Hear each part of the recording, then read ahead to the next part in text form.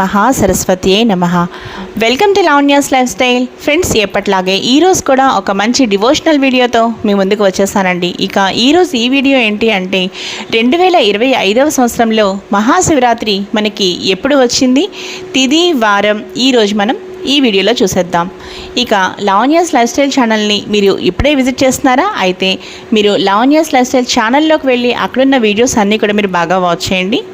ఇక ఈరోజు మనం వీడియోలోకి వెళ్ళిపోదాం పదండి ఫ్రెండ్స్.